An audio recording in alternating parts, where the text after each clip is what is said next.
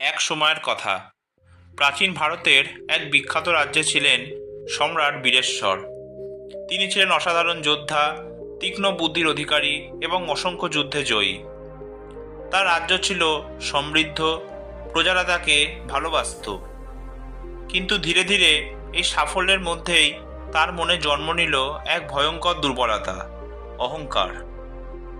সম্রাট ভাবতে শুরু করলেন, আমার সমকক্ষ কেউ নেই, আমি অদম্য, অপরাজেয়। সভাসদদের প্রশংসা তিনি নিজেকে ঈশ্বরের মতো মনে করতেন। কেউ কোনো ভুল ধরাতে এলে তিনি তা কঠোরভাবে শাস্তি দিতেন। ফলে ধীরে ধীরে সবার মনে ভয় জন্মালো, কিন্তু সম্মান কমতে লাগলো। একদিন রাজসভায় এক বৃদ্ধ ঋষি এলেন। তিনি সম্রাটকে প্রণাম করে বললেন, মহারাজ, আপনার জয়গাথা সমগ্র দেশে ছড়িয়ে পড়েছে, কিন্তু একটি কথা মনে রাখবেন, অহংকার পতনের মূল। বড়াই নয়, বিনয় মহত্ব। সম্রাট ঋষির কথা শুনে হাসলেন। ঋষি, আমার শক্তি অপরাজেয়, আমার পতন কিভাবে ঘটবে? ঋষি শান্ত কণ্ঠে বললেন, সম্রাট, প্রকৃতি বড় বিচারক। অহংকারে যে আকাশ ছোঁয় সে পতনের জন্য প্রস্তুত থাকে। কথাটা শুনে সম্রাট আরও ক্ষুব্ধ হলেন।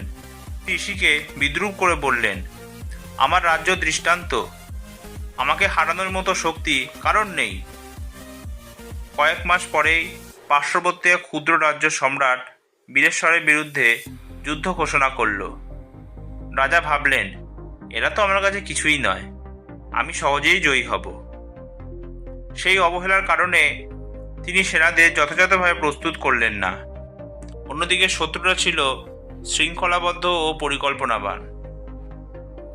যুদ্ধক্ষেত্রে অহংকারী সম্রাট প্রথমে অগ্রসর হলেন প্রবল আত্মবিশ্বাস নিয়ে, কিন্তু ধীরে ধীরে তার বাহিনী দুর্বল হতে লাগল। একসময় তিনি নিজেই আহত হয়ে পালাতে বাধ্য হলেন। তার সেই অপরাজেয় গৌরব মুহূর্তেই ভেঙে গেল।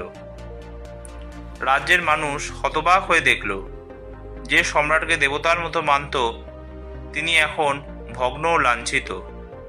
তখনই সেই ঋষির কথা মনে পড়ল তার।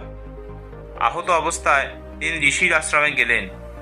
চোখে জল নিয়ে প্রণাম করে বললেন, গুরুদেব, আজ আমি বুঝেছি অহংকারই আমার পতনের কারণ।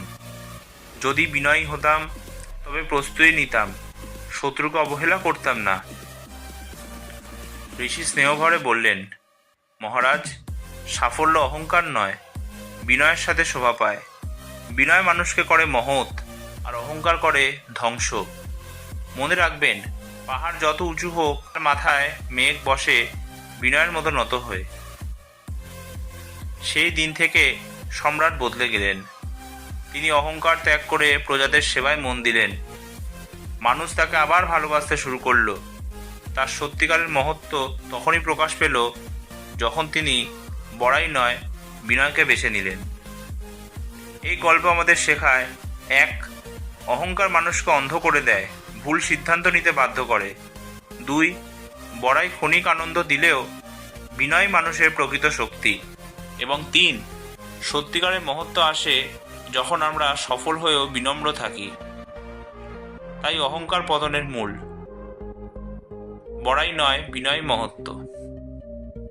আজকের গল্পটি এই পর্যন্তই। গল্পটি ভালো লাগলে প্লিজ ভিডিওটি লাইক, শেয়ার আর চ্যানেলটি সাবস্ক্রাইব করতে ভুলবেন না। আবার নতুন গল্প নিয়ে আমি আপনাদের সামনে উপস্থিত হব। ধন্যবাদ।